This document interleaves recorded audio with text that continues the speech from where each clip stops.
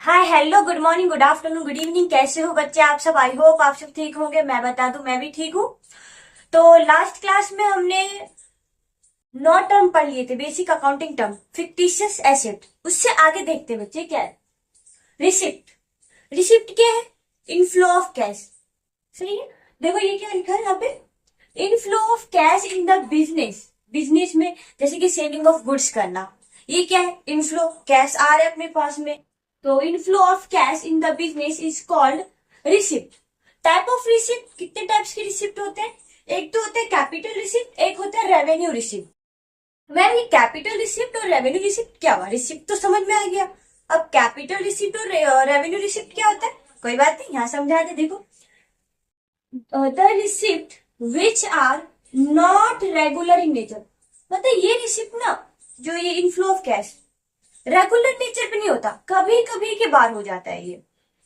जैसे कि non current assets है, नॉन करंट एसेट जैसे लैंड एंड बिल्डिंग बेचना, कहीं कभी कभी के बार होता है। बिजनेस का रेगुलर काम तो ये नहीं है। देखो, तो the receipt which are not regular in nature, the receipt which are generated, ये जनरेटेड होता है बाय नॉट करंट एसेट्स। जैसे कि एग्जांपल के लिए बोल देखिए, selling of goods, sorry selling of land and building. तो आपको कैपिटल रिसिप्ट समझ में आ गया। कैपिटल रिसिप्ट क्या है? रेगुलर नेचर का नहीं है, ये कभी कभी के बार कभी कभी होता है। और कहे तो ये किससे जनरेट होता है, कैसे किस तरीके से इनकम आता है? तो देखो, नॉन करंट एसेट जो बेचते हैं, selling of land and building, ये जो है ना, इससे जो पैसे रिसिप्ट होते हैं जब इन्हें हम सेल आउट करते हैं, तो ये कैपिटल रिसिप्ट होता है। रेवेन्यू रिसिप्ट क्या हुआ? रेवेन्यू रिसिप्ट ये रेगुलर इन नेचर है, ऑर्डिनरी कोर्स ऑफ बिजनेस। क्या है? सेल ऑफ गुड्स करना, सर्विस प्रोवाइड करना, ये एक आपका बिजनेस का काम है। तो इनसे जो पैसे रिसिप्ट, इनफ्लो ऑफ कैश होता है, उसे रेवेन्यू रिसिप्ट कहते हैं। ठीक है। जैसे एग्जांपल के लिए selling of goods, goods purchase करना, प्रोवाइड करना सर्विस, तो ये सारे के सारे आ जाता है रेवेन्यू रिसिप्ट में। तो revenue receipt, those receipt which are regular in nature. दूसरा, this are generated by selling of goods and services. For example, selling of goods. ठीक है। तो आपको समझ में आ गया और बच्चे क्या है कैपिटल रिसिप्ट और रेवेन्यू रिसिप्ट क्या होता है। नेक्स्ट एक्सपेंडिचर, ये क्या है? Outflow of cash. देखो, outflow of cash in the business is called expenditure. तो हमने रिसिप्ट देखा, रिसिप्ट किसे कहते हैं? Inflow of cash. सही है। और एक्सपेंडिचर क्या कहते हैं? Outflow of cash. ठीक है। रिसिप्ट मतलब कैश आना, एक्सपेंडिचर खर्चा करना मतलब कैश जाना। तो outflow of cash in the business is called expenditure. Types of expenditure, इसमें भी दो टाइप्स होता है, कैपिटल एक्सपेंडिचर और रेवेन्यू एक्सपेंडिचर। कैपिटल एक्सपेंडिचर कौन सा? जो रेगुलर नेचर का नहीं होता। ठीक है। और रेवेन्यू एक्सपेंडिचर जो डे टू डे खर्चे होते हैं, उसको क्या कहते हैं? Revenue expenditure. देखो, those expenditure which are not regular in nature, those expenditure which are spend on acquiring non current asset. ठीक है बच्चा। फॉर एग्जाम्पल, सॉरी ये लाइन पे आ गया, तो देखो। ठीक है। तो those expenditure which are spend on acquiring non current assets, for example purchase of land, construction of building etcetera, ये सारे capital expenditure. Revenue expenditure, those expenditure which are of regular in nature and spent in day to day business activity. सही है। Regular nature का होता है और day to day जो भी बिजनेस में खर्चे होते हैं, वो सारे के spend in day to day business activity, वो हो गया revenue expenditure. For example purchase of raw material, paid salary, wages, utility bills etcetera, ये सारे एग्जाम्पल हो गए रेवेन्यू एक्सपेंडिचर का। तो रेवेन्यू एक्सपेंडिचर क्या है? और sorry, outflow of cash in the business is called expenditure. ये भी दो टाइप्स के होते हैं, एक कैपिटल एक्सपेंडिचर और रेवेन्यू एक्सपेंडिचर। कैपिटल एक्सपेंडिचर क्या होता है? जो not regular not sorry which are not regular in nature. और रेवेन्यू एक्सपेंडिचर क्या होता है? ये रेगुलर नेचर का होता है और spend in day to day business activity. ठीक है। एग्जाम्पल के लिए अगर देखना है तो land of purchase of land, building construction of building. और इसका एग्जाम्पल देखें तो purchase of material, salary, wages, utility bills etcetera. Okay बच्चे, नेक्स्ट टर्म। हाँ, एक पॉइंट है डेफर्ड रेवेन्यू एक्सपेंडिचर। ये क्या है? मैंने आपको फिक्टिशियस एसेट या नॉमिनल एसेट करवाया था, उसमें मैंने नाम लिया था डेफर्ड, क्या है, सॉरी, डेफर्ड रेवेन्यू एक्सपेंडिचर। देखो क्या होता है deferred revenue expenditure.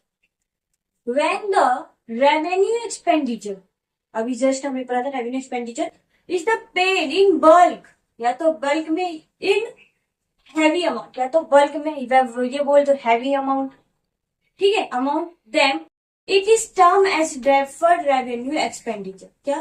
When the revenue expenditure is paid in bulk or in heavy amount, then it is termed as deferred revenue expenditure.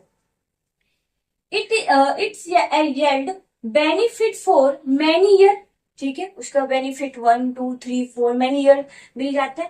And the part of deferred revenue expenditure which belong to current year, जो current year से, मान लो कुछ part जो current year से है, उसको amortise किया जाता है इन अ पीएल अकाउंट, ठीक है। And the remaining unamortized amount portion should be shown in the balance sheet on asset side। मैंने आपको बताया था एडवर्टाइजमेंट एक्सपेंडिचर का दिया था, बताया था जिसमें हैवी अमाउंट या लॉट ऑफ अमाउंट्स खर्चा करते हैं, ठीक है, और उसका जो बेनिफिट 1 2 3 4 ईयर मिलते हैं, जैसे जैसे उसका बेनिफिट मिलते हैं उसको वैसे वैसे अमोटाइज करते हैं, मतलब पीएल अकाउंट में अमोटाइज किए जाते हैं। जो पोर्शन बच जाता है उसको एसेट साइड में दिखाते हैं। ये रियल एसेट्स नहीं है, फिर भी इसको एसेट साइड में दिखाते हैं। इसका एक एग्जाम्पल देके बताती हूँ, आपको अच्छे से समझ में आएगा बच्चे। तो एक एग्जाम्पल है, मान लो अमाउंट 2 लाख रुपए, ये 2 लाख रुपए, जो भी विमल कंपनी है उसने 2 लाख रुपए खर्चा किया एडवर्टाइजमेंट करने के लिए। मान लो कि जैसे कि शाहरुख खान और अक्षय कुमार उनको पे किया 2 लाख रुपए, ठीक है, विमल का एडवर्टाइजमेंट करने के लिए 2 लाख रुपए दिया उनको। तो इसका एस्टिमेटेड किया जाता है,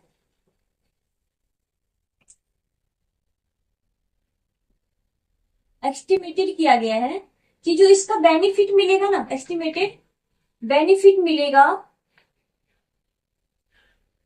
वो 4 ईयर में है। मतलब 2 लाख रुपए खर्चा किया एडवर्टाइजमेंट पे, एस्टिमेट किया जा रहा है, एस्टिमेट किया है कि जो इसका बेनिफिट मिलेगा ना वो 4 ईयर में मिलेगा, ठीक है, नेक्स्ट ईयर 1 2 3 4 ईयर। तो ये जो 2 लाख रुपए है, 2 लाख रुपीज, कितने साल में इसका बेनिफिट मिलेगा, एस्टिमेट करके बता रहे 4 ईयर। ये है अमाउंट 50,000, तो ये 50,000 ये तो करंट ईयर का एक्सपेंडिचर है, तो इस साल इसको क्या कर दो, एमोटाइज कर दो या राइट ऑफ कर दो इन PL account, profit and loss account में कर देंगे। आगे प्रॉफिट लॉस अकाउंट अच्छे से समझोगे, ठीक है। बाकी 2 लाख जो है, 2 लाख में से अगर 1 लाख हम 50,000 लेस कर देते हैं तो ये हो गया 1,50,000। ये जो अनअमोटाइज अमाउंट है ये क्या है, अनअमोटाइज अमाउंट, ठीक है, 1,50,000 है। इसको कहां दिखाएंगे, इसको balance sheet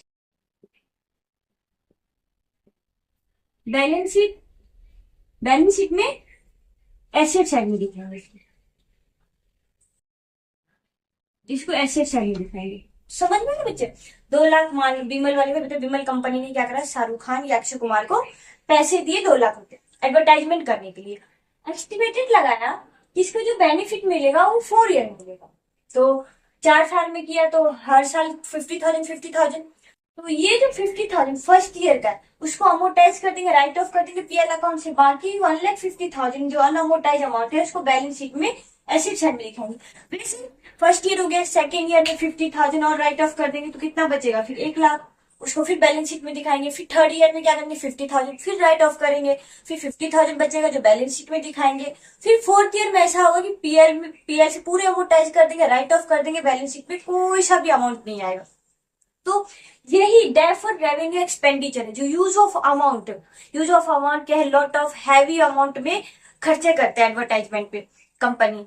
next term expenses क्या होता है, amount spend on producing and selling of goods and services termed as expenses. For example, utility bill, salary, wages, rent, etc. तो मैम एक्सपेंडिचर क्या होता है? देखो बच्चे, एक्सपेंसेस क्या होता है? वो खर्चे जो है ना, प्रोड्यूसिंग एंड सेलिंग, किसी भी प्रोडक्ट को प्रोड्यूस करना और सेल करना, उस पे जो खर्चे आते हैं वो एक्सपेंसेज होता है। और एक्सपेंडिचर क्या होता है? जो day to day business activity करने में जो खर्चे आते हैं वो एक्सपेंडिचर होता है। ओके, तो ये चीज ध्यान में रखना। एक्सपेंसेस समझ, income, excess of revenue over cost, cost मतलब expenses, is called an income.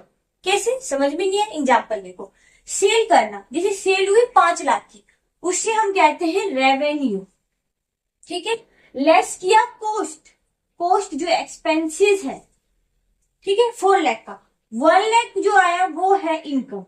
तो अगर छोटा, अगर इसका फॉर्मूला देखें तो इनकम क्या होता है? रेवेन्यू माइनस एक्सपेंसेस, उसे क्या कहते हैं? इनकम।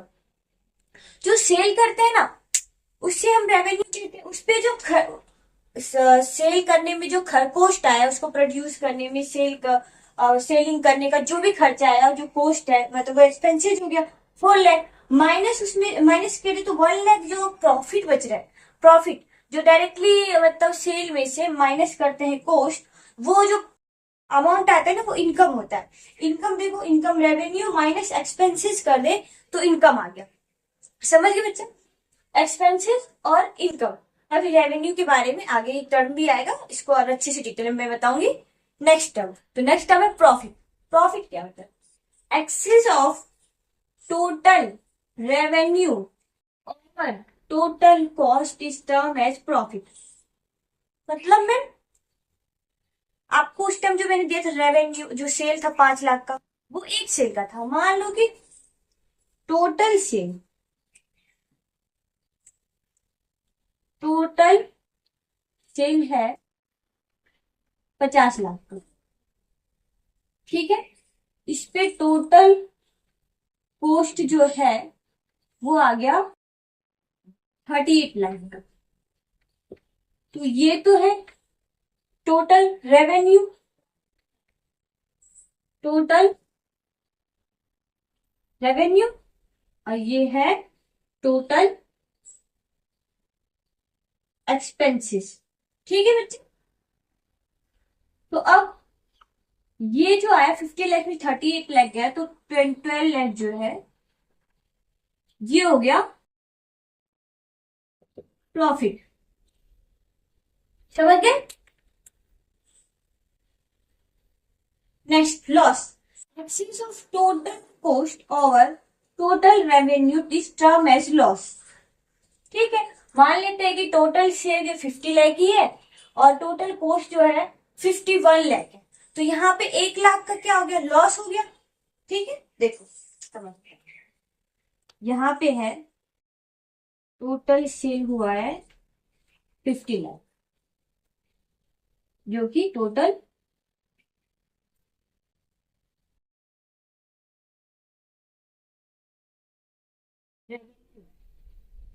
और टोटल कॉस्ट जो आया वो है 51 लाख।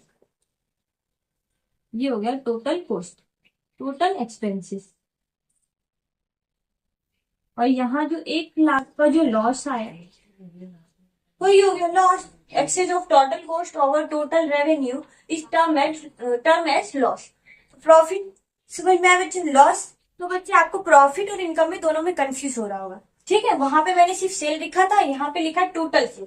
मैं बताती हूँ, जैसे कि ये प्रोडक्ट है, ठीक है, मैंने क्या करा, इसे 9 रुपए में परचेज किया और 9 रुपए में परचेज किया और 10 रुपए में बेच दिया। जो 1 रुपए हुआ वो मेरे लिए इनकम हुआ। एक प्रोडक्ट की बात कर रही हूँ। जब मैंने 2 ले लिया या जो भी है, सारे जितने मेरे ड्यूरिंग द ईयर, जितना साल भर में जो मैंने प्रॉफिट कमाया एक प्रोडक्ट पे, तो मान लो 2 प्रोडक्ट लिए, साल भर के मेरे प्रोडक्ट है, मैंने उससे बेचा 18 रुपए में लिया और उससे बेच दिया 20 रुपए में, 2 रुपए की जो हुए ना वो प्रॉफिट हो गया। तो सीधा कहने की मतलब है कि एक प्रोडक्ट अगर बेचा आपने, उसमें प्रॉफिट कमाया तो वो इनकम होता है, वो इनकम होता है, प्रॉफिट नहीं होता। जब कलेक्टिवली आपने बहुत सारे सेल किए हैं, उस पर जो रेवेन्यू आया उसका जो उस पे जो भी कॉस्ट है, एक्सपेंसेस जो है, वो लेस करने के बाद जो भी प्रॉफिट हुआ वो प्रॉफिट होता है, वो इनकम नहीं होता है। ठीक है बच्चे। नेक्स्ट टर्म बच्चे गेन। गेन क्या है? देखो, it is a monetary benefit which is generated by non-business activity. It is initial in nature. कहने का मतलब है ये एक मॉनेटरी बेनिफिट है, ठीक है, जो जनरेट करते हैं नॉन बिजनेस एक्टिविटी। मतलब ये हमेशा ही आपको गेन नहीं होता, मतलब अगर रेगुलर बेस पे होता है तो उसे हम तो प्रॉफिट कहते हैं। जो ऑर्डिनरी कोर्स ऑफ बिजनेस है, बाय करना, सेल करना, सेलिंग ऑफ गुड्स करना, फिर उस पे कॉस्ट डिडक्ट करके जो प्रॉफिट होता है उसे हम क्या कहते हैं? प्रॉफिट। पर ये गेन क्या है? गेन जैसे कि चलो एग्जाम्पल के साथ में बताते हैं। सेल ऑफ लैंड है, तो माना कि जो सेल किया, सेल ऑफ लैंड, ये मैंने किया 12 लाख और इसका कॉस्ट है 10 लाख, तो ये हो गया 2 लाख का गेन। यहां प्रॉफिट नहीं कहेंगे क्योंकि ये इंसिडेंट इन नेचर है, कभी कभी के बार होता है, रेगुलर बेस पे नहीं होता है। और ये नॉन बिजनेस एक्टिविटी, बिजनेस का काम नहीं है लैंड को बेचना, खरीदना, बिल्डिंग को खरीदना, बेचना। इसका मेन काम क्या है? गुड्स को बेचना, खरीदना, सेलिंग ऑफ गुड्स करना, ये मेन काम है। ये नॉन नॉन बिजनेस एक्टिविटी जो कभी कभी के बार बिजनेस में हो जाता है। तो समझ गए? तो बोलेंगे मैम कैपिटल वो रेवेन्यू भी तो था, जो कि है ना नॉन करंट एसेट्स को बेच करके जो इनकम हो रहा था उसे हम कैपिटल एक्सपेंडिचर कह रहे थे। सही बात है, कैपिटल रेवेन्यू कह रहे थे। तो ये सेल ऑफ लैंड ये हो गया कैपिटल रिसिप्ट। ठीक है बच्चे। और ये कॉस्ट जब इसमें से डिडक्ट कर दिया तो ये जो अमाउंट बचे ना 2 लाख, ये हो गया गेन। याद रखना। तो दोनों ही क्या है? रेगुलर नेचर का नहीं है।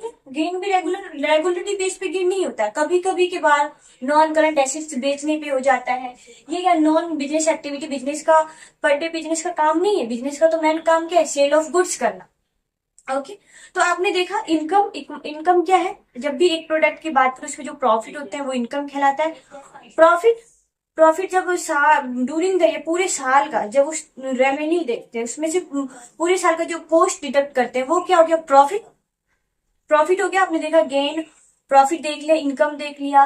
कैपिटल रिसिप्ट में आपको प्रॉब्लम ना हो तो मैंने वो भी समझा दिया कि सेल ऑफ लैंड 12 लाख है, वो टोटल अगर हो गया तो कैपिटल रिसिप्ट हो गया, उसमें से पोस्ट लेस का जो अमाउंट 2 लाख बच रहा है वो गेन हो गया।